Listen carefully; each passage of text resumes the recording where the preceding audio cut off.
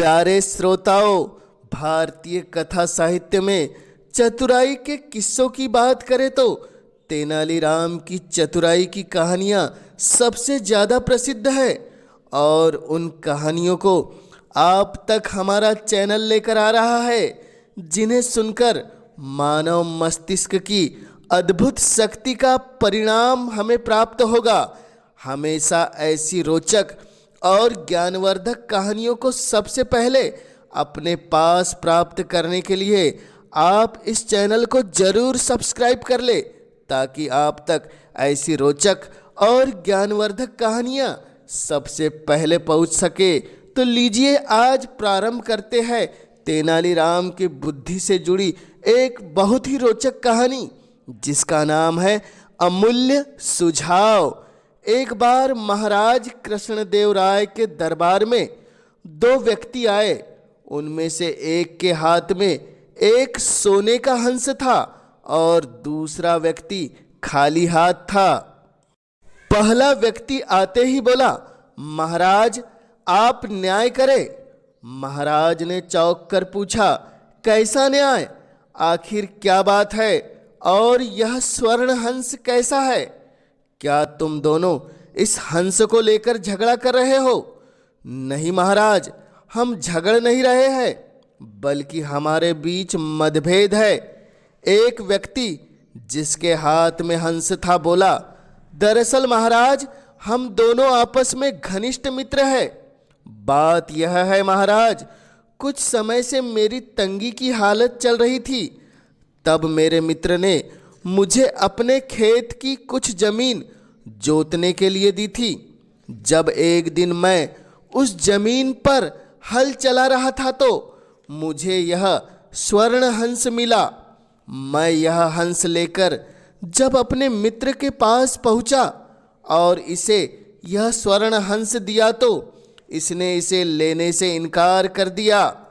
दूसरा व्यक्ति बोला, मैं इसे कैसे ले लूं महाराज? जब मैंने यह जमीन अपने मित्र को दे दी थी तो उसमें उत्पन्न होने वाली हर चीज पर इसी का हक है। किंतु जमीन तो इसकी है महाराज, मगर वह जमीन मैं इसे दे चुका हूं। इस प्रकार दोनों अपनी अपनी बात पर अड़े हुए थे। महाराज भी उनकी सच्चाई से बहुत अधिक प्रभावित हुए।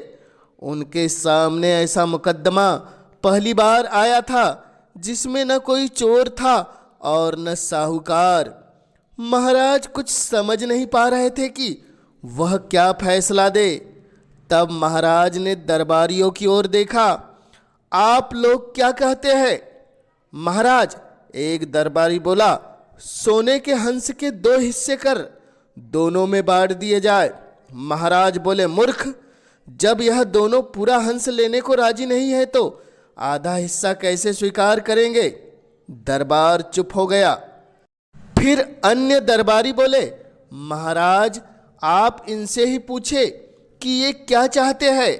मेरी राय में तो इस स्वर्ण हंस को राजकोष में जमा करा देना चाहिए, क्योंकि धरती से निकली संपत्ति पर राजा का अधिकार होता है। महाराज बोले, हम ऐसा तब करते जब ये लोग चोरी से इस संपत्ति को अपने पास रख लेते, किंतु इन दोनों में से कोई भी लालची नहीं है, बल्कि दोनों ही ईमानदार और सच्चे हैं।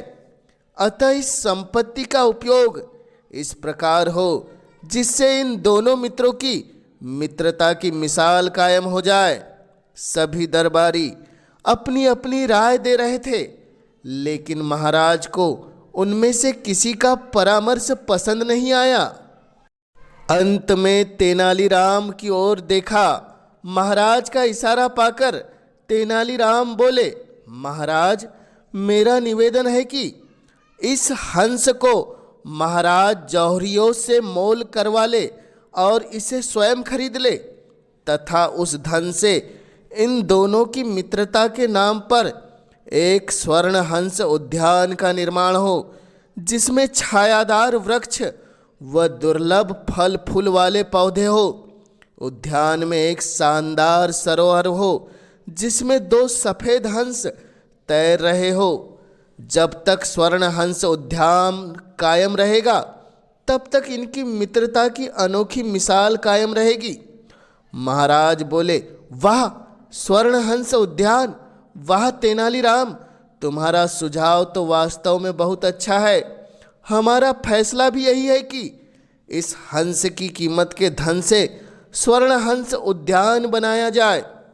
दरबार में सभी दरबारी व अन्य व्यक्ति प्रशंसा भरी निगाहों से तेनालीराम को देख रहे थे तथा सभी ने इस अमूल्य सुझाव का समर्थन किया। यह पहला अवसर था जब उनसे ईर्ष्या रखने वालों ने भी उनकी जमकर प्रशंसा की। तो कृष्णदेव राय के दरबार में तेनालीराम की चतुराई से भरी यह कहानी आपको कैसी लगी, कमेंट्स के माध्यम से हमें ज़रूर बतलाएं। और चैनल पर पहली बार आया है तो पुनः आपसे गुजारिश, इस चैनल को अवश्य सब्सक्राइब कर दे ताकि आप तक ऐसी रोचक भरी कहानियाँ सबसे पहले प्रस्तुत हो सके।